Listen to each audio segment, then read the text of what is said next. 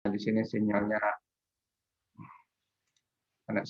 juga kadang nggak stabil di ruangan saya ini, jadi nanti tolong langsung ini ya, kasih tahu ya.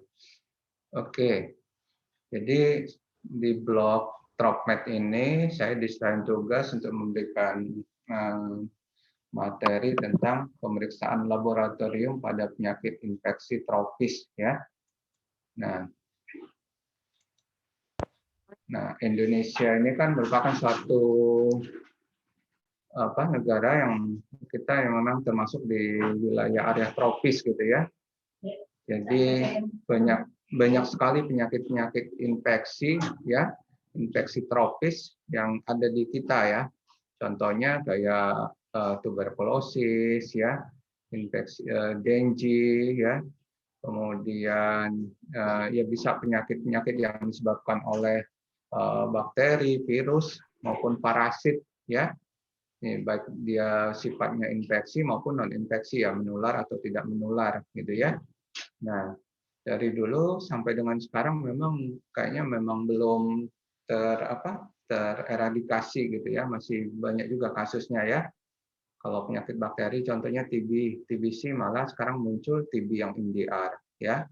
Kemudian difteri juga masih suka ada juga kasusnya ya. Pertusis ya, tetanus, kemudian tifoid ini ya banyak juga ya, udah kadang-kadang endemis, kadang-kadang ya. Kemudian kusta, pes ya, antraks ya udah jarang ya pada hewan juga ya. Kemudian leptospirosis ini banyak juga kayak di daerah-daerah yang banyak musim hujannya ya, Bandung misalnya ya. Nah, kalau yang virus juga sama, dengue, chikungunya, campak, hepatitis, rabies, HIV, kemudian varicella, flu burung, SARS, polio, bahkan sekarang ini adalah COVID ya, COVID-19 ya. Nanti di belakang nanti ada saya sedikit kasih ini ya, si materi juga. Kemudian penyakit infeksi oleh parasit, cacing ya, malaria, kemudian filariasis ya. Jadi ini banyak sekali ya. Nanti kalau mau dijelaskan satu persatu rasanya nggak cukup waktunya ya. Oke, kalau bicara tentang penyakit infeksi, artinya kita harus tahu dulu nih ya mekanisme pertahanan tubuh kita terhadap masuknya agent-agent penyebab infeksi ini ya.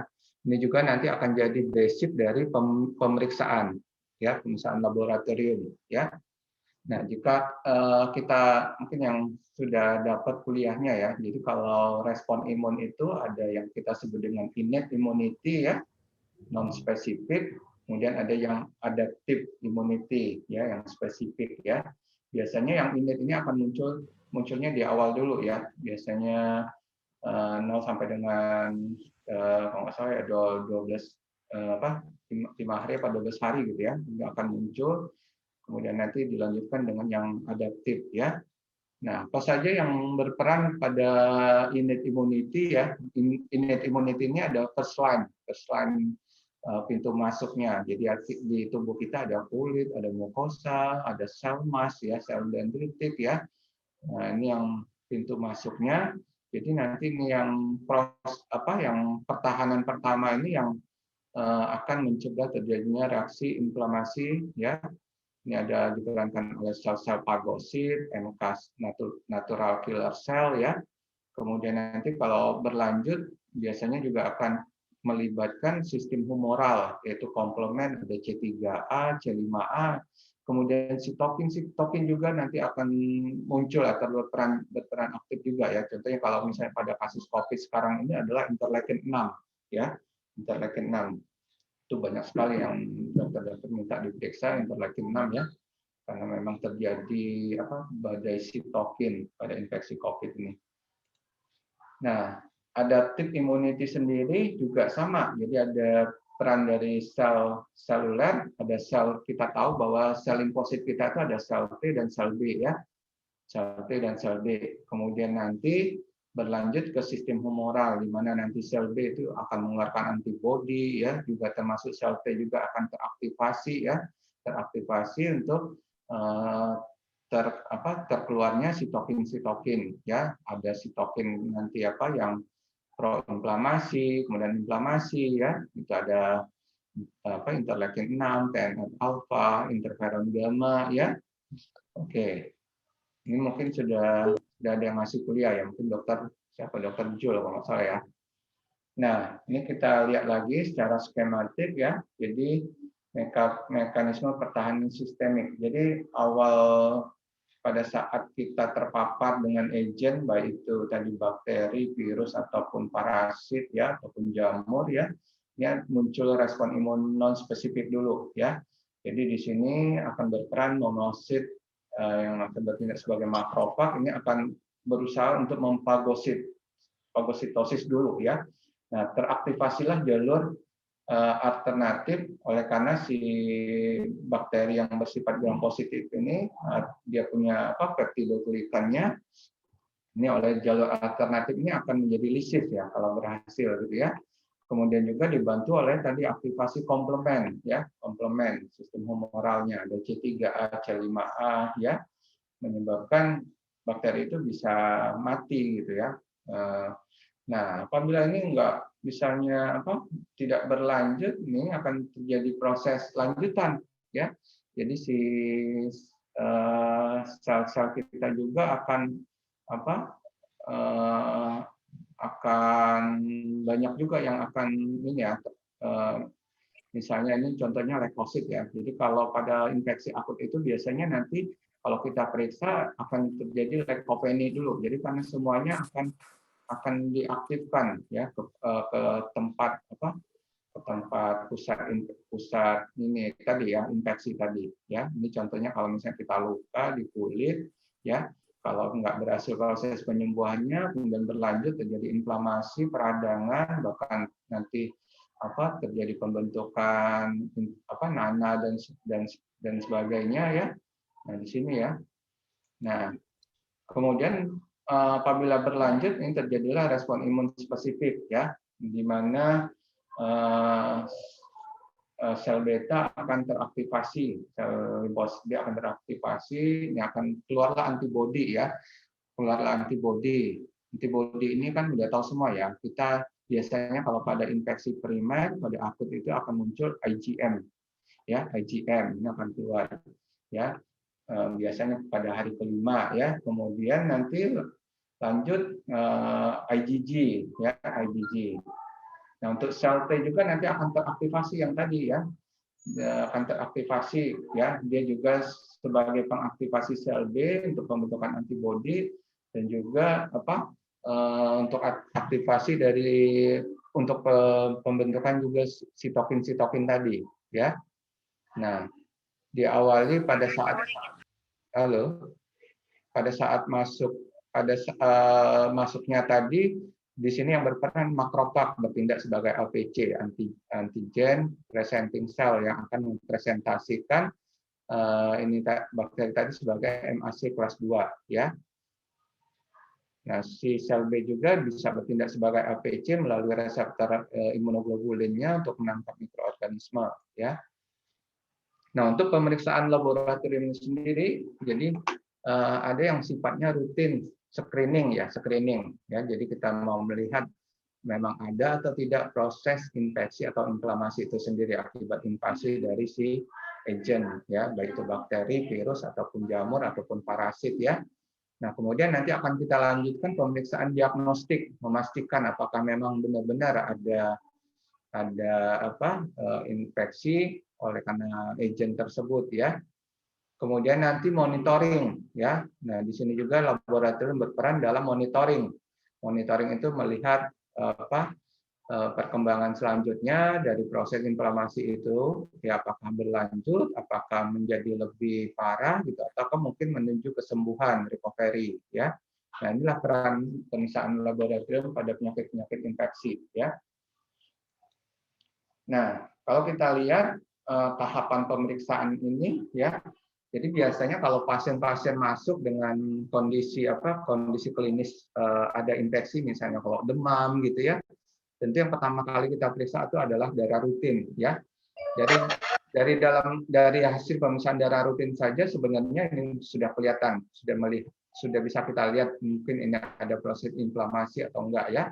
Kita lihat dari kadar hemoglobin, hematokrit, dan terutama sekali jumlah leukosit ya, bisa leukositosis atau leukopenia, kemudian trombosit juga berperan dalam proses infeksi ya.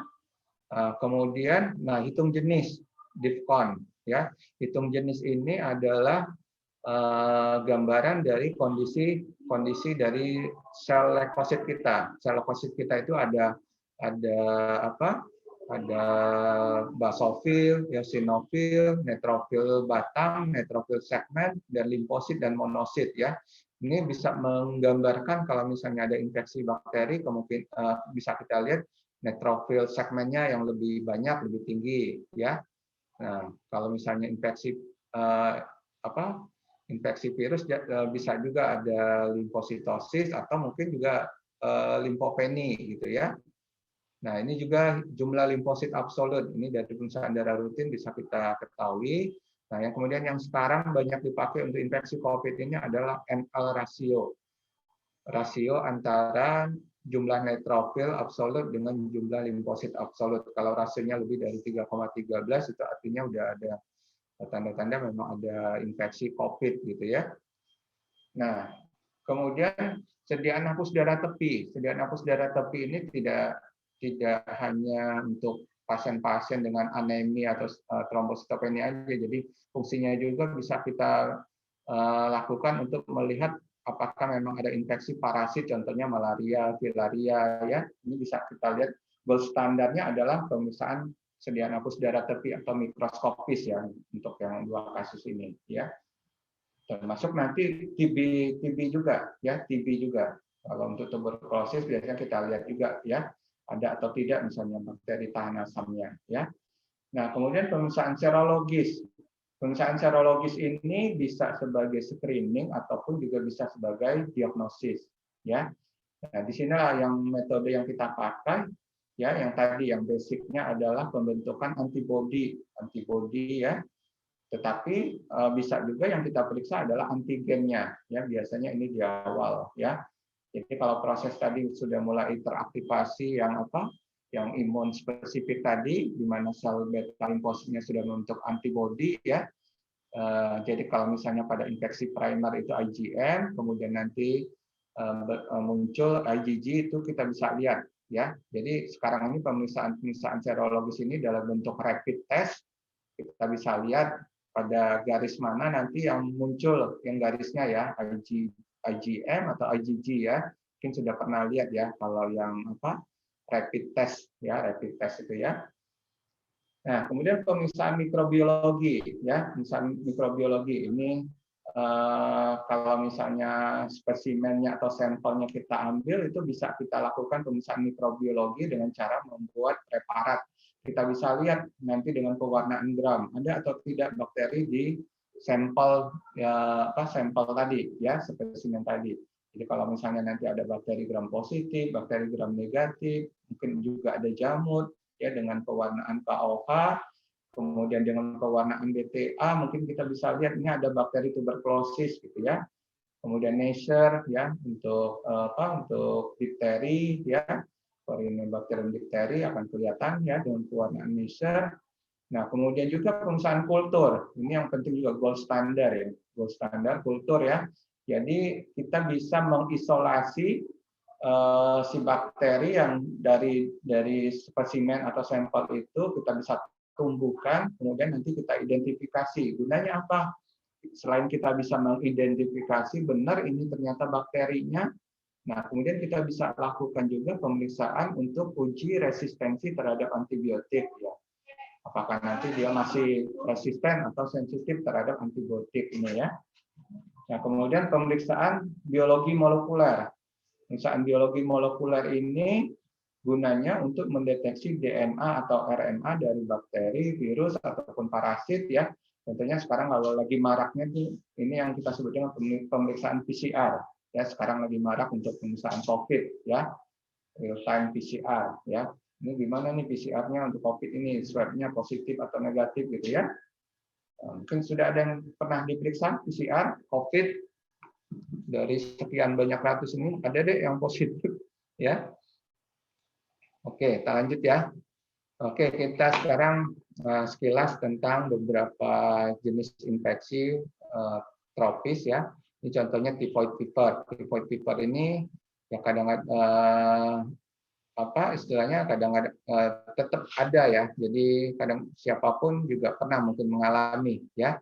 Etiologinya Salmonella typhi, Paratipi A, Paratipi B, dan Paratipi C ya. Nah, ini bentuk si bakterinya Salmonella typhi ya. Untuk yang Paratipi sebenarnya juga jarang kasusnya ya, 10-15% ya. Kemudian gejalanya juga suka dibedakan dengan Salmonella typhi ya. Nah, ini penyebab utama dari Salmonella typhi atau penyakit tifoid atau typhus ya. Nah, secara klinis ya ada 4 stadium, di mana minggu pertama mulai ada gejala demam, perlahan bradikardi relatif, malaise, sakit kepala ya, hidung berdarah, ya, rasanya nyeri perut, leukopeni, eosinofeni kalau kita periksa labnya ya, ada limfositosis relatif. Kemudian pada minggu kedua biasanya ada nervous fever, kemudian ada muncul tanda-tanda rose spot, kemudian diare, konstipasi, kemudian ada hepatosplenomegali juga ya menyebabkan peningkatan enzim-enzim transaminase, contohnya SGOT, SGPT ya. Nah, pada minggu ketiga kalau ini berlanjut ya, minggu ketiga berlanjut bisa terjadi proses perdarahan ya, perdarahan usus, intestinal, bahkan bisa jadi perforasi ya, nih ya, tipoid perforasi ya. Nah, akhir pada minggu ketiga bisa juga sembuh atau bisa juga jadi carrier dianya ya. Oke, bagaimana cara mendiagnosanya?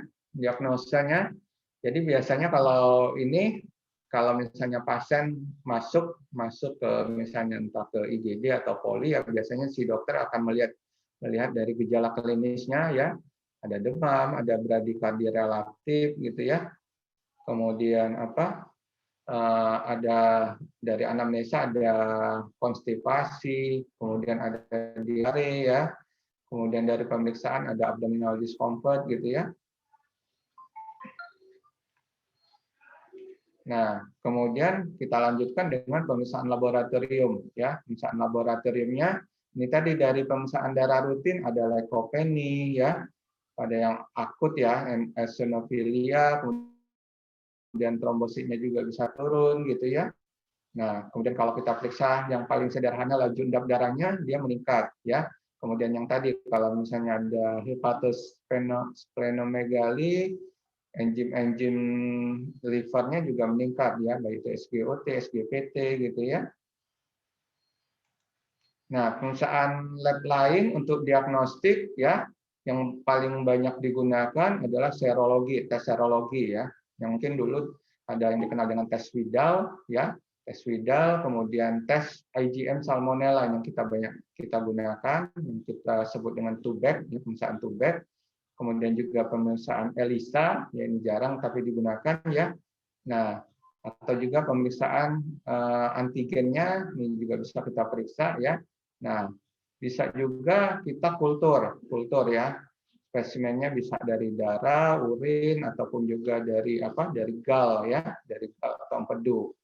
Nah, kultur ini tadi misalnya di mikrobiologi. Nah, kalau misalnya ini bisa kita lanjut PCR, tapi sekarang jarang ya kalau kasus tipoid. Biasanya dari gejala klinis dan pemeriksaan serologi sudah cukup gitu ya. Nah, ini yang dimaksud dengan pemeriksaan serologi tesnya untuk yang tipoid ini. Jadi yang kita mendeteksi antibodi terhadap Salmonella typhi ya. Jadi ini tadi kalau misalnya di dalam darah kita udah terjadi proses tadi ya, reaksi imun non spesifik berlanjut jadi reaksi imun yang spesifik, terbentuklah antibodi ya, IgM ya atau IgG. Nah, nanti ini kita periksa, kita deteksi dengan metode tadi Widal ya, bisa metode tabung atau metode slide. Ini contoh alat pemeriksaannya, reagennya. Nanti kita lihat ada aglutinasi atau tidak ya. Jadi di sini yang kita gunakan reagennya adalah antigen ya, antigen dari Salmonella. Nah, kita nanti kalau di dalam sampel kita atau darah kita terdapat antibodi, ini akan terjadi aglutinasi yang menunjukkan adanya positif gitu ya. Nah, kriteria dari diagnostik dari demam tipoid, ini kalau kita lakukan pemeriksaan ya titer agglutinin O atau O dan H ya, ini jika dia terjadi peningkatan 2 kali dari ambang batas nilai normal. Kenapa harus seperti ini? Karena kalau sekarang ini untuk yang seperti yang titer Widal itu entah dia seper 40, seper 80, seper 160, kita sekarang kan tidak bisa menentukan batasnya lagi karena ini udah kita sendiri udah sering mungkin ya terpapar sama Salmonella TPI ya. Terutama mungkin mahasiswa-mahasiswa ini yang suka jajan gitu ya, makan pecel, gado-gado gitu ya. Jadi biasanya titernya juga sudah tinggi gitu ya. Mungkin biasa-biasa aja, mungkin titernya seper 80, seper 160. Nah, makanya harus kita lakukan pemeriksaan 2 kali. Misalnya terjadi kenaikan lebih atau sama 2 kali dari ambang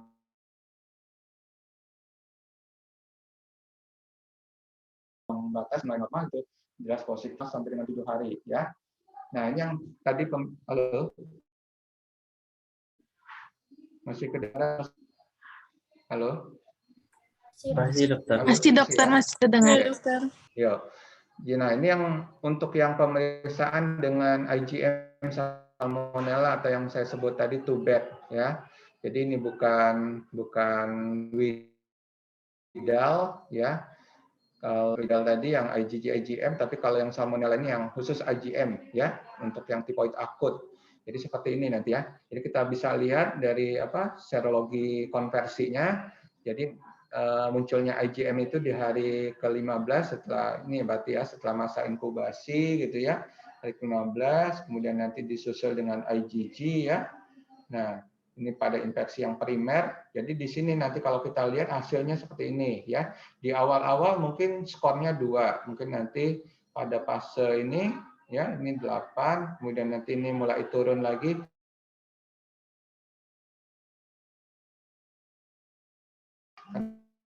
Nah, ini yang kita periksa adalah IgM ya. IgM-nya bukan lebih ke 25, mungkin dianya scoringnya akan turun gitu ya. Alatnya, nah ini ya, ini alatnya, alat pemeriksaannya ya. Jadi kita ada yang namanya reagen Brown ya, kemudian nanti spesimen ditambahkan inkubasi, tambah reagen yang blue ya, kemudian homogenisasi, kemudian baru nanti kita taruhkan ada magnetiknya di sini 5 menit pembacanya hasilnya akan keluar ya. Kalau lebih dari 2 ini kita bisa katakan negatif, tidak ada indikasi ke arah demam tipoid. 3 ini borderline, harus diulang. Kemudian yang positif ini kalau scoringnya 4 sampai 5 ya, lebih dari 6 jelas positif ya. Itu tadi yang misalnya 8 ya. Nah, oke itu tadi ya untuk demam tipoid. Sekarang kita ke malaria ya. Malaria kita tahu sendiri sudah ada 5 spesies ya. Salah satu yang tambahan adalah Plasmodium knowlesi. Ini udah banyak juga di Indonesia ya. Tadinya munculnya di Sarawak ya. Sekarang ternyata udah banyak juga di Indonesia. Nah, ini ada 2 fase. Jadi pertama kan dia akan setelah masuk dari gigitan nyamuk ya melalui sporozoidnya ini kan masuk ke hepar dulu ya. Di hepar kita yang kita sebut dengan fase jaringan atau exoeritrositik ya. Nah, ini untuk yang 4 spesies semuanya di sini ya termasuk yang knowlesi tadi juga. Nah, ada juga yang fase sekunder yang exoeritrositik juga, skizogoni exoeritrositik ini untuk yang pipak dan ovale ya. Karena kenapa mereka ini punya fase dorman atau hipnozoid. Jadi klinisnya nanti kaitannya dengan klinis mereka yang paling sering relapse atau kambuh ya. Nah, siklus hepar ini hanya 1 kali ya. Jadi setelah selesai di sini dia akan dikeluarkan nanti ya masuk ke dalam sirkulasi, masuklah ke eritrosit ya dalam bentuk skizogoni eritrositik ya atau pembentukan skizon dan gametogoni pembentukan gametosis. Nah, ini bisa berulang-ulang jadi bisa menginfeksi eritrosit kemudian nanti keluar menginfeksi kembali gitu ya di dalam eritrosit ya. Nah, ini kalau kita lihat gambarnya dari awal mulai kita misalnya digigit nyamuk melalui ini akan dari kelenjar ludahnya akan memasukkan sporozoid ya. Ini tadi pada fase yang hepar terjadi proses di sini ya, dia akan menginfeksi sel-sel hepar, pembentukan skizon. Nah ya. Nah, dan nanti misalnya untuk yang tadi yang ovale sama apa tadi, dia akan punya pivak ya, dia akan bisa bersifat dorman di sini ya, tidur. Nah, ini nanti akan keluar dari hepat dalam bentuk apa? Pecah, keluarlah merozoid ya. Merozoid inilah yang akan menginfeksi dari sel darah merah ya. Nah, akan terbentuk skizon ya. Ini yang skizon apa dari sini dulu ya. Dalam bentuk akan membentuk terjadi proliferasi atau perubahan bentuk cincin ya, bentuk cincin. Kemudian nanti menjadi trofozoid. Nah, trofozoid ini nanti akan berkembang juga jadi skizon yang isinya sama juga ya, merozoid ya, nih ya. Nah, ada juga sebagian dari stadium ring worm ini akan berkembang menjadi gametosit ya, ini yang bisa kita lihat misalnya pada falciparum ya, bentuknya seperti pisang atau banana shape atau bentuk seperti bulan sabit ya, seperti ini. Jadi fase-fase ini bisa kita lihat dari pemeriksaan mikroskopis atau sediaan nafas darah tepi ya. Ini bisa kita lihat kalau ternyata memang ada ya ini positif memang malaria ya. Oke, ini perbedaan antara Plasmodium falciparum, pipa, ovale dan malaria. Ya, ini bisa kita lihat dari morfologinya ya. Jadi masa inkubasinya ya berapa hari. Nah, ini merozoid yang di dalam hepar, berapa banyak gitu yang di eritrosit gitu ya. Gametositnya, jumlah parasit per 1000 mikroliternya berapa gitu ya, kepadatannya, tempat skizogoninya ya. Nah, gejala klinisnya yang berat adalah falciparum ya. Kemudian ovale yang sedang gitu ya. Untuk yang vivax sendiri bervariasi ya. Yang paling banyak kalau menurut saya kasusnya yang sering ditemukan di kita ini falciparum atau falciparum sendiri dengan infeksi gabungan dengan yang pivak gitu ya, bisa sering juga kita dapatkan ya.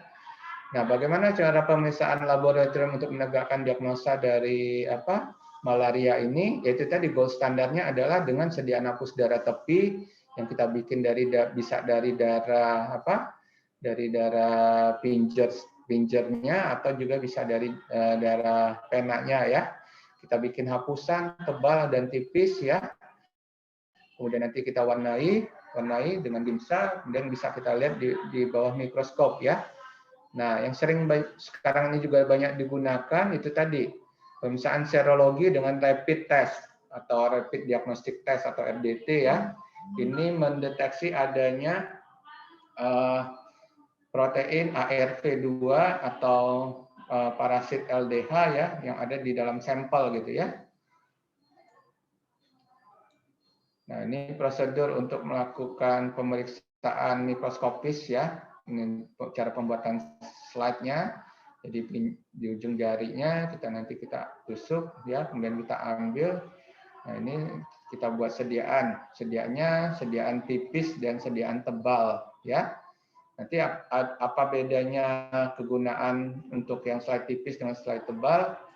Ya, ada nanti ya. Jadi kalau misalnya tipis itu kalau sediaan tipis itu lebih untuk melihat morfologi bentuknya, tapi kalau yang tebal kita biasanya untuk menghitung kuantifikasi dan nanti menghitung indeks parasitnya untuk memonitor dari pengobatan. Nah, ini kalau dari mikroskopis ya, kalau mungkin nanti adik-adik sudah praktikum ya, mungkin pernah ya diajarin ya kalau untuk praktikum melihat parasit Plasmodium malaria yang falciparum seperti ini ya. Jadi sel-sel eritrositnya bisa kita lihat dia ukurannya normal ya.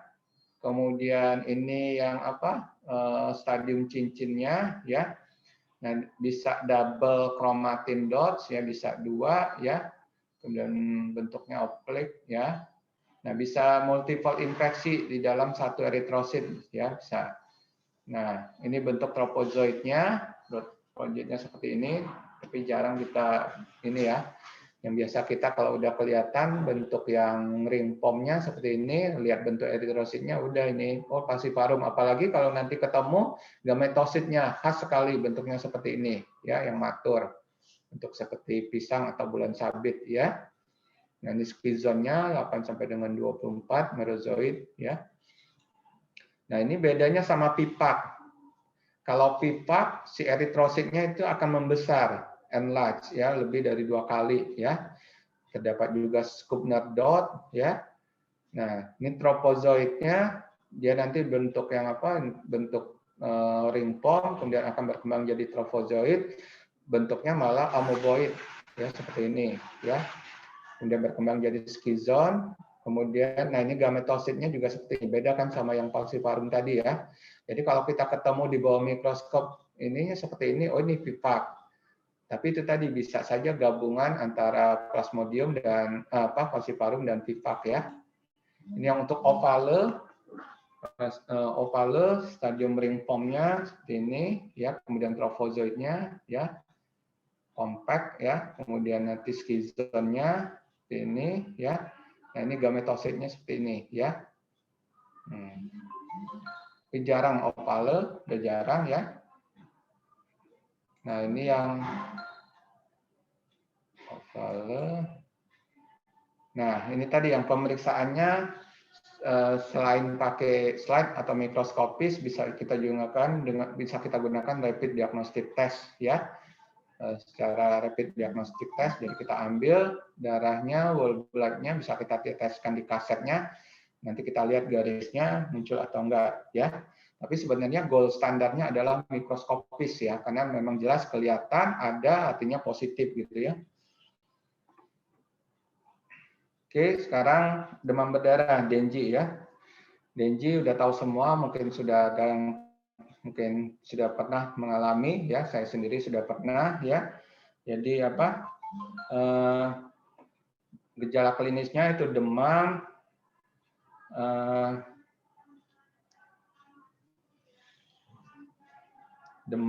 kemudian luam pada kulit, ya. Kemudian itu tadi bisa ada gejala mual muntah, ya. Mual muntah, sakit kepala gitu, ya. Nah, mungkin nanti akan muncul bintik-bintik di kulit, itu yang kita sebut nanti PTK, ya, PTK.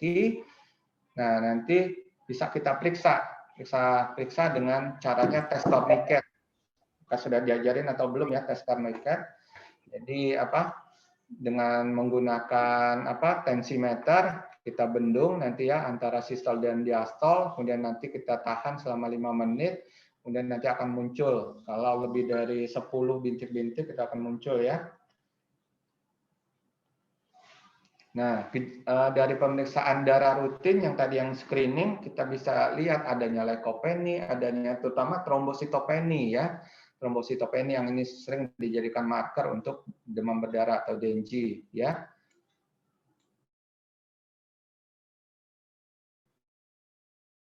Nah, ini kalau kita lihat secara patofisiologisnya, ya, spektrum dari demam, kemudian nanti kalau kita periksa tadi dengan tourniquet test hasilnya positif, ya. Bisa juga ada manifestasi perdaan lain, ya, contohnya misalnya peteki, ada juga misalnya mimisan, ya, epistaksis, ya. Kemudian apalagi, ya, sampai misalnya mungkin terjadi melena gitu, ya. Nah, ini secara patologisnya terjadi peningkatan permeabilitas dari kapit vaskuler yang akan menyebabkan terbukanya pori-pori, ini akan menyebabkan terjadinya kebocoran plasma, terjadi hipovolemia yang bila berlanjut tidak segera ditangani, ya, tidak segera diganti, dilakukan dehidrasi, akan terjadi shock, ya. Ini yang bisa menyebabkan kematian, ya. Nah, kemudian ada juga gejala lain, hepatomegali. Tadi kalau kita periksa nanti akan ada peningkatan enzim-enzim SGOT, SGPT. Nah, kemudian trombositopeni ini, bagaimana mekanismenya terjadi trombositopeni pada Dengue, ya? Nanti akan saya jelaskan, ya. Kemudian karena ininya terjadi gangguan kegagalan sistem koagulasi, ya, pembekuan darah terjadi di IC, ini juga yang bisa menyebabkan terjadinya perdarahan yang hebat. dan menyebabkan kematian ya. Nah, kalau kita lihat dari sini kita bisa bagi grade-nya, grade 1, grade 2, grade 3 dan grade 4 ya. Kalau pada pasien masuk dengan DBD ya. Tujuannya apa? Kalau misalnya dia masih grade 1, mungkin terapinya ya cukup mungkin istirahat di rumah, mungkin banyak minum ya. Kalau udah masuk grade 2 harus dilakukan pasang infus gitu ya. Halo, suara saya masih kedengaran, Dik? Masih terdengar, Ya. dokter. Oke. Nah, ada satu lagi patofisiologi yang penting pada infeksi Dengue ini, yaitu yang kita sebut dengan secondary heterolog Dengue infection, ya. Jadi namanya terjadi apa? Infeksi sekunder dari virus Dengue yang yang serotype lain ya. Jadi kalau virus Dengue itu ada beberapa serotype ya, ada DEN1, DEN2 dan 3. Kalau mungkin terjadi nanti terjadi infeksi berulang, nah yang terjadi disebut anamnestic antibody response ya. Kompleks virus dengan antibodi yang sudah pernah terbentuk gitu, terjadi aktivasi komplement, terjadilah pelepasan komplement yang ini yang akan menyebabkan terjadinya peningkatan permeabilitas kapiler ya, terjadi tadi perambasan plasma, bisa hipovolemik, shock dan meninggal ya. Kemudian ada juga gangguan keseimbangan asam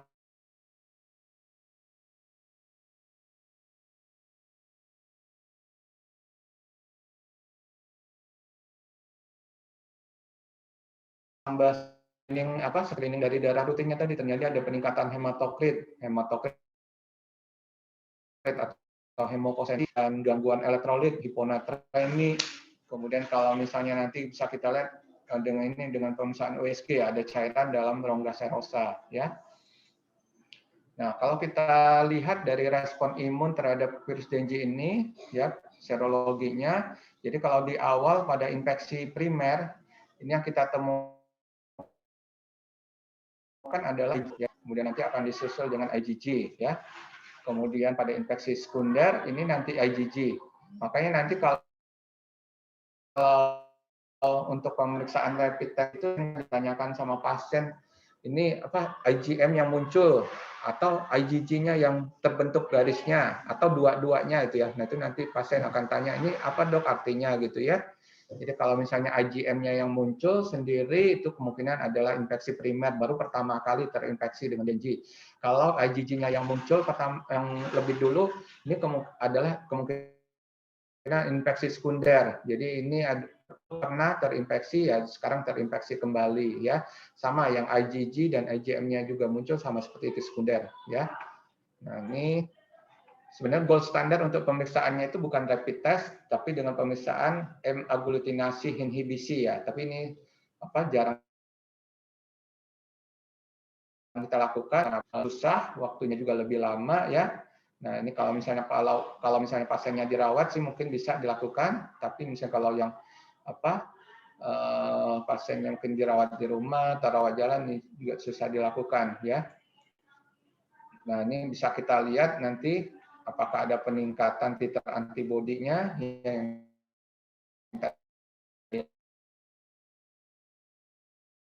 yang pemeriksaan tadi ya.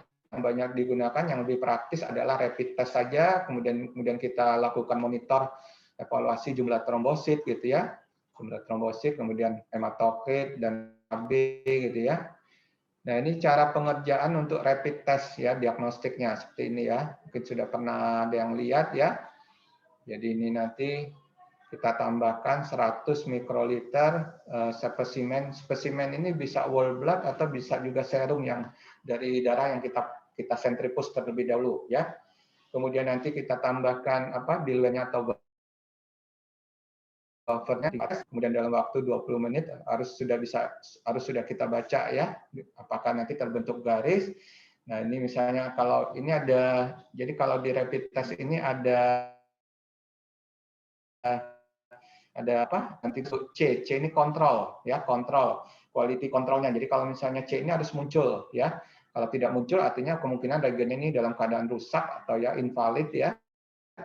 Nah, ini kalau misalnya muncul di garis tesnya negatif, ini negatif. Kalau misalnya di garis tesnya positif, ini positif ya. Nah ini tadi yang kalau misalnya di garis C-nya di kontrolnya tidak ada, ini yang harus kita periksa ulang pakai yang kaset lain ya. Nah bisa juga untuk Denji ini karena terbentuknya antibodi itu di hari kelima selanjutnya. Nah, pada fase-fase akut biasanya yang harus kita periksa? Ini yang harus kita periksa adalah antigen, ya. Jadi si Denji ini, virus Denji ini punya antigen yang kita sebut dengan NS1, NS1 ya. Jadi antigen NS1 non struktural antigen ya. Jadi kita bisa periksa sebenarnya sudah ada rapidnya, rapid khusus untuk NS1 ya, atau juga bisa dengan pemeriksaan real time PCR ya. Diagnosisnya tetap harus kita perhatikan klinis ya, tadi ada peteki, ada demam, mual muntah gitu, abdominal discomfort gitu ya. Kemudian ditunjang dengan pemeriksaan laboratorium. Diagnosisnya kemudian dipastikan dengan pemeriksaan serologi ya, IgG-IgM-nya atau dengan antigen NS1 ya. Oke, kelainan hematologi pada infeksi DNG ya. Nih ada hemokonsentrasi yang bisa kita lihat dari pemeriksaan darah rutin ini ya, HBHT. Jadi ada peningkatan hematokrit lebih sama dengan 20% ya. Kemudian ada leukopeni. Leukopeni ini menandakan adanya depresi atau penekanan pada sumsum tulang. Jadi si virus ini bisa menyebabkan penekanan pada sumsum tulang. Akibatnya terjadi leukopeni, neutropenia, dermatosis ya. Kemudian ada lagi yang, karena ini adalah infeksi virus yang diserangnya adalah si limfosit ya. Jadi juga teraktivasi yang kita sebut dengan limfosit plasma biru atau atipikal limfosit ya. Ini pada pasien-pasien yang terinfeksi Dengue akan kita temukan seperti ini ya. Sampai dengan hari ke-8, puncaknya di hari ke-6. Jadi kalau misalnya jumlah limfosit plasma biru atau atipikal limfositnya sudah lebih dari 15% atau lebih atas sama dengan 4% dari semua total leukosit, ini sudah bisa kita pastikan ada infeksi Dengue ya. Silakan kalau misalnya ini untuk adik-adik yang misalnya mau melakukan penelitian pasien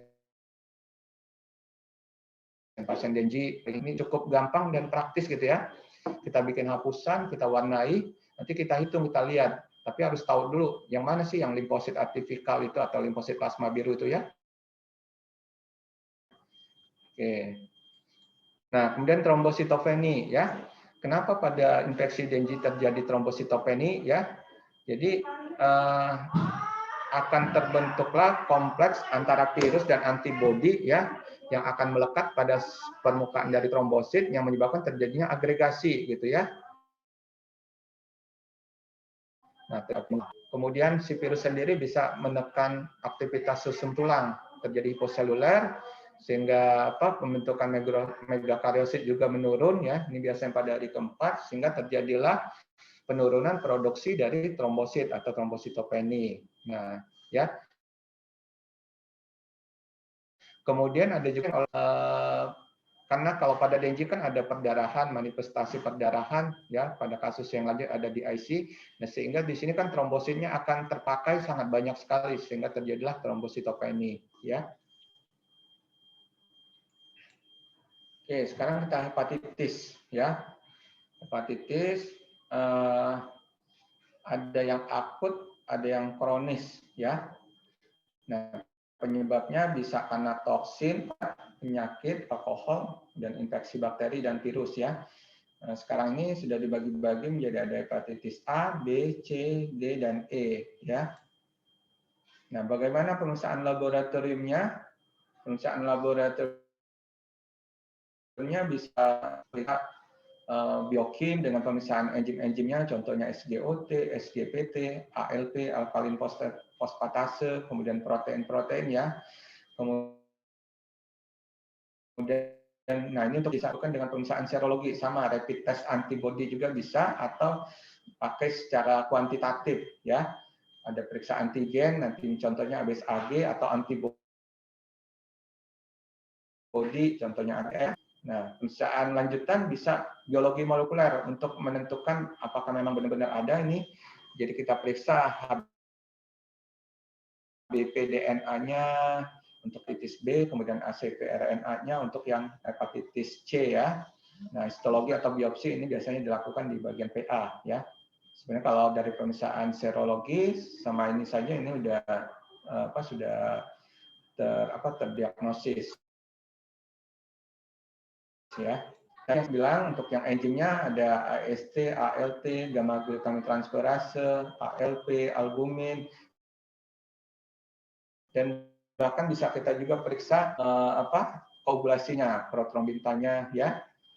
Kemudian pemeriksaan serologinya, serologi ini ada yang kita periksa, ada yang antibody ya, ada anti ABC, C ini bukan hepatitis C ya, jadi core, kemudian anti ABC IgM, anti ABE, ini mPLOP ya, kemudian anti ABS, kemudian nah ini kalau untuk anti ACP ya pada hepatitis C. Nah, kita bisa juga periksa deteksi antigennya, ABSAG, yang sering dipakai, ABSAG, kemudian ABEAG atau ABCAG, ya, antigennya. Nah, kemudian pemeriksaan PCR atau biologi molekuler untuk hepatitis B ada ABP-DNA, untuk hepatitis C ada ACP-RNA, ya. Ini sama, ya. Nah, urutan munculnya marker pada hepatitis ini yang bisa kita periksa di awal HBP-DNA sebenarnya bisa kita periksa di awal. Jadi karena ini adalah virusnya sendiri, jadi bisa kita periksa ya. Jadi kita tidak usah menunggu terbentuknya antibodi dulu. Jadi kita bisa periksa ini, tapi pemeriksaannya memang cukup mahal ya. Makanya lebih banyak yang memeriksa ABSAG, kemudian ABEAG, ini mPLOP, jadi melihat apakah memang virus ini lagi aktif bereplikasi atau enggak ya. Kemudian anti ABC core IgM, ini infeksi akut ya. Kemudian yang IgG untuk melihat ini perjalanannya menjadi kronik atau enggak gitu ya. Nah, kemudian kita bisa juga periksa antibody terhadap mPLOP-nya untuk melihat, oh ini ternyata memang fase recovery atau prognosisnya bagus, menuju kesembuhan ya. Kemudian anti ABS, ini yang sering juga diperiksa, serokonversi dari ABSAG. Jadi nanti kalau ABSAG itu sudah terbentuk, dia akan turun ya, titernya dan akan dilanjutkan dengan pembentukan antibody ABS ya. Ini penanda imunitas. Jadi kalau misalnya kita sudah pernah terinfeksi, kita akan memiliki antibodi terhadap hepatitis B ya, yang bisa kita periksa sebagai adanya imun ya. Biasanya nanti kalau adik-adik ini mau koas, kita harus periksa dulu nih anti ABS ya, apakah imun atau enggak. Jadi nanti kalau kalian belum imun harus dilakukan vaksin dulu ya. Karena nanti kalau pas koas kita harus menyentuh pasien, terpapar dengan pasien ya, hepatitis ya, contohnya HIV ya. Oke. Nah, ini kalau kita lihat perjalanan konversinya untuk infeksi hepatitis B ini, jadi di awal ini ABSAG yang akan terdeteksi dulu ya, ini nanti akan turun diikuti dengan terbentuknya anti ABS antibody ya. Nah, selama fase ini juga bisa kita periksa ABEAG mPLOP-nya, kemudian nanti terbentuk juga anti ABE-nya yang menunjukkan adanya fase kesembuhan. Kemudian juga ada anti ABC-nya. Jadi banyak sebenarnya kalau marker-marker untuk hepatitis C ini ya. Ada anti ABC, anti ABC IgM. Ini semuanya bermanfaat sebenarnya. Tergantung nanti dokternya yang bisa istilahnya mana sih yang harus diperiksa gitu ya. Nah, mungkin di sini kita bisa lihat ya, ada yang di sini kita sebut dengan pada saat di mana ABSAG ini sudah mulai menurun, sehingga nanti pada saat ini baru nanti terbentuk anti ABS-nya. Nah, kalau misalnya kita periksa di sini, ABSAG-nya jelas negatif, anti ABS-nya juga negatif, padahal sebenarnya pasiennya klinisnya jelas hepatitis, misalnya ada SGOT, SGPT meningkat, ada ikterik ya, ada jaundice ya, ada hepatnya membesar gitu ya, nyeri gitu ya. Nah, tapi kok hasilnya negatif. Nah, Kenapa seperti ini? Ini yang kita sebut dengan window period ya. Window period. Nah, di sini kalau pemeriksaan yang bisa kita lakukan ini tadi anti ABC, bisa yang anti ABC atau anti ABC IgM ya. Ini kemungkinan positif gitu ya. Oke. Nah, apa sih yang disebut dengan ABC? ABC itu adalah penanda awal dari hepatitis B. Hasilnya positif ya, positif menunjukkan bahwa virus terdapat dalam darah. Munculnya sekitar 4 sampai dengan 12 minggu setelah terinfeksi. Bila menetap lebih dari 6 bulan ini kita sebut dengan kronisitas ya, hepatitis B kronis. Nah, kemudian ABEAG. ABEAG tadi amplop ya. Kok ini?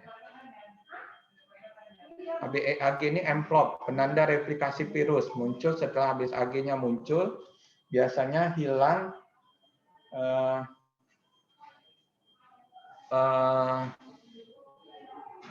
hilang sebelum ABSAG-nya hilang gitu ya. Kalau menetap lebih dari 5 bulan, ini apa? Kita sebut dengan hepatitis B kronik. Anti ABE mulai muncul saat ABE-AG hilang, menunjukkan resolusi dari infeksi akut. Nah, bila terjadi serokonversi, ini artinya prognosisnya baik ya.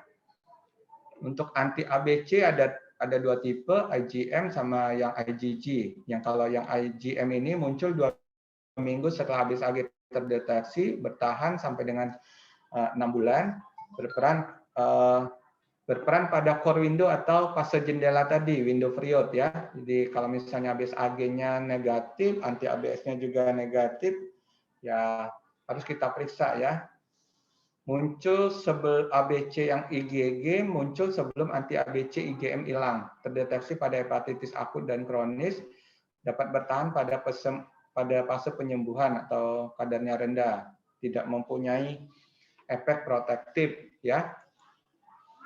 Kemudian anti ABS, ini tadi yang antibody ya, jika hasilnya positif atau reaktif menunjukkan adanya imun. Nah, jadi bagus ya. Misalnya kalau adik-adik diperiksa ini nanti ternyata positif ya, apalagi dengan titernya lebih dari 10, artinya imun ya. Artinya imun. Jadi nggak perlu lagi dilakukan vaksinasi ya. Nah, ini kalau kita untuk yang hepatitis A, jadi hepatitis B dengan hepatitis A beda lagi ya. Kalau hepatitis A itu biasanya akut ya. Akut. Jadi yang kita bisa periksa pada fase akut, IgM anti AIV-nya positif, total anti AIV-nya negatif. Pada fase akhir, biasanya dua-duanya positif, hepatitis yang pada fase penyembuhan, ini yang total anti AIV-nya yang positif. Apa bedanya hepatitis B dengan hepatitis A? Hepatitis A ini lebih sering terjadi akut ya, lebih sering endemis misalnya, karena terjadinya mungkin penyebarannya mungkin bisa dari makanan yang terkontaminasi ya. Ini sering mengenai anak pelajar gitu ya, pelajar di suatu sekolah atau termasuk juga mahasiswa gitu ya. Oke, mungkin sebelum kita ke tuberkulosis, mungkin ada yang mau dipertanyakan, Dik? Halo? Ada yang mau ditanyakan dulu tadi tentang apa? Kita udah bicara tentang malaria, dengue, kemudian hepatitis. Kira-kira saya buka sesi pertanyaan, silakan. Ya, dipersilakan kepada teman-teman jika ada yang ingin bertanya kepada dokter.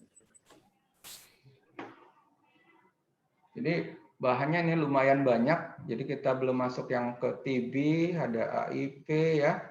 Kemudian ada yang termasuk nanti COVID-19. Jadi mungkin saya bagi untuk apa? Sisakan untuk sesi kedua aja. Nanti siapkan lagi waktunya ya.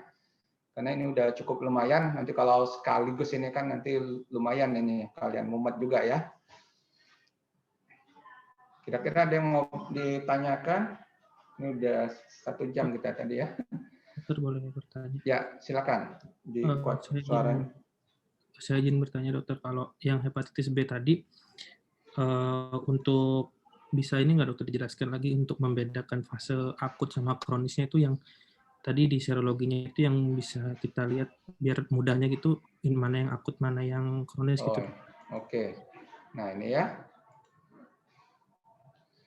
Jadi kalau kita lihat dari grafik serokonversinya ya, biasanya jadi kalau pertama kali kita terpapar dengan virus hepatitis B itu akan ada masa inkubasi dulu ya, 4 sampai dengan 12 minggu biasanya ya. Nah, pada saat ini ada yang kita sebut dengan pada minggu pertama dan minggu kedua ini pada fase awal inkubasi ya. Nah, kalau pada fase awal inkubasi ini udah apa? Udah ada ininya si antigen dari si virus hepatitis B ini ya.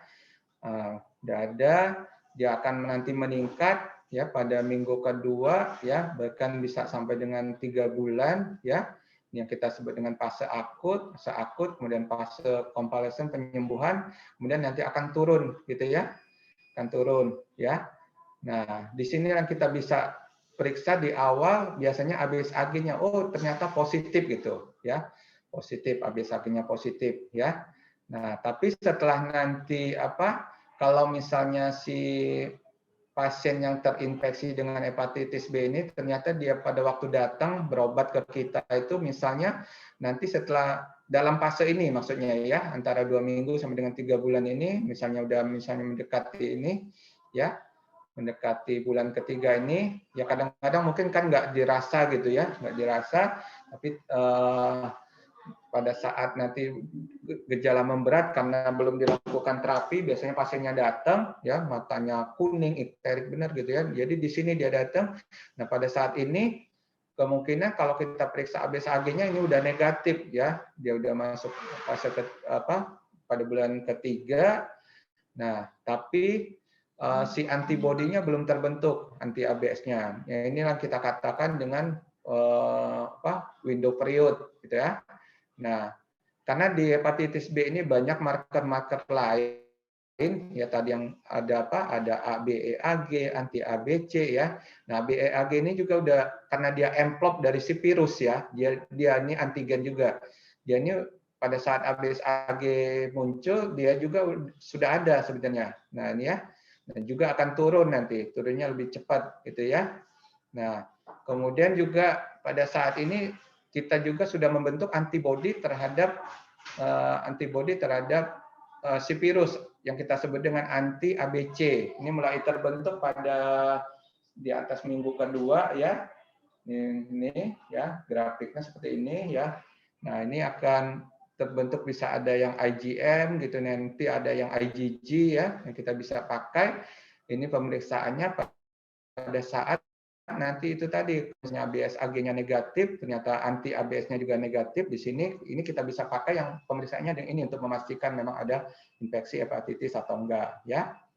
Nah, kemudian anti ABE, jadi pada saat si ABE-AG-nya menghilang udah turun ya, terbentuklah anti ABE-nya, anti ABE. Jadi prosesnya sama dengan ABS-AG dengan anti ABS, ABE-AG dengan anti ABE ya. Nah, ABCAG dengan anti ABC itu ya lawannya ya dia antigen, antibody, antigen, antibody gitu ya. Anti ABE menandakan ini bagus prognosisnya. Jadi menuju ke recovery atau kesembuhan ya. Nah, nanti ini ya. Oke, kira-kira begitu. Terima kasih dokter. Oke, ada lagi yang bertanya tentang malaria, tipoid, malaria, dengue, sama hepatitis ya.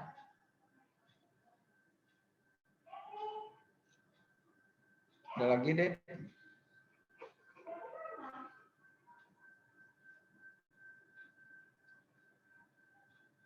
Yuk, silakan.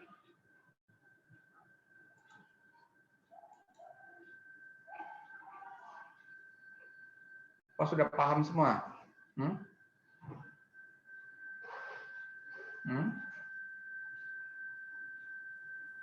Dokter izin bertanya dok. Ya, silakan. Untuk malaria tadi dok, itu satu orang bisa terkena lebih dari satu jenis malaria nggak? Ya. Apakah bisa terkena dari jenis malaria satu jenis ya? Lebih dari satu dok. Ya, yang biasanya infeksi duplek ya, misalnya yang sering kita temukan adalah falciparum dengan vivax karena memang dua plasmodium ini yang banyak kasusnya di kita ya, kayak di Lampung ya. Jadi bisa saja dalam satu pasien itu dia terinfeksi dua falciparum dengan PIVAC ya. Nah, seperti kita ketahui tadi PIVAC ini kan sering dorman ya. Jadi kalau udah sembuh dia sebenarnya mungkin belum sembuh tuntas gitu. Jadi masih dorman ya. Masih dorman. Jadi bisa saja pada saat saat ini dia terinfeksi dengan Plasmodium falciparum, ternyata si Plasmodium pipaknya juga terjadi relapse gitu. Jadi bisa dua kali ya. Makanya nanti kalau kita periksa di mikroskopisnya bisa ada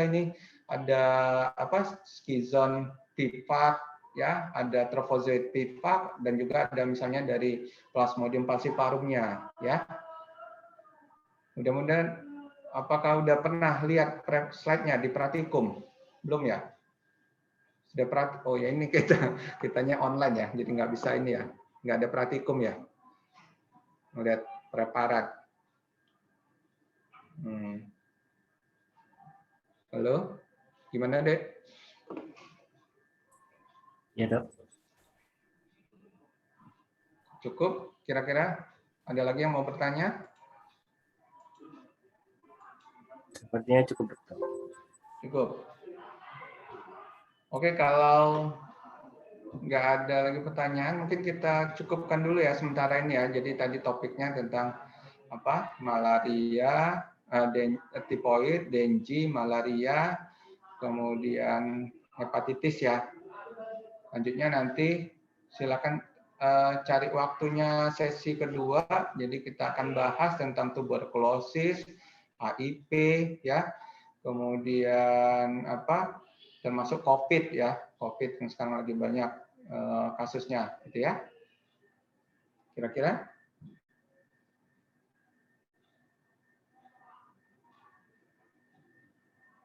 Oke, gitu ya Dek ya. Sepakatkan, silakan kan mungkin ditutup aja ya, sementara kalau ini ya. Ya, silakan kalau memang masih ada pertanyaan nanti di sesi kedua. Sesi kedua mungkin kalau hari Kamis ada nggak? Hari Kamis atau hari Jumat pagi? Bisa dong. Bisa ya, sama jam 8 juga ya.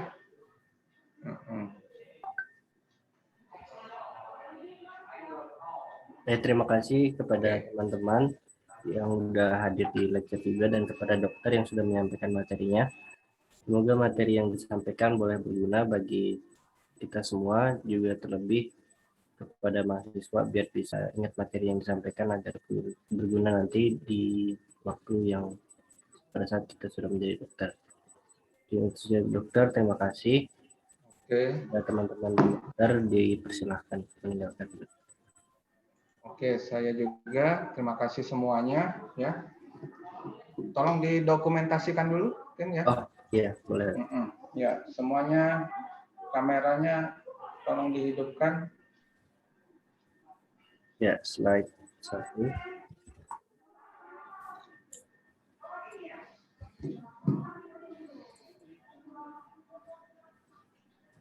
Sudah? Sudah? Bentar. Oh, belum. 2.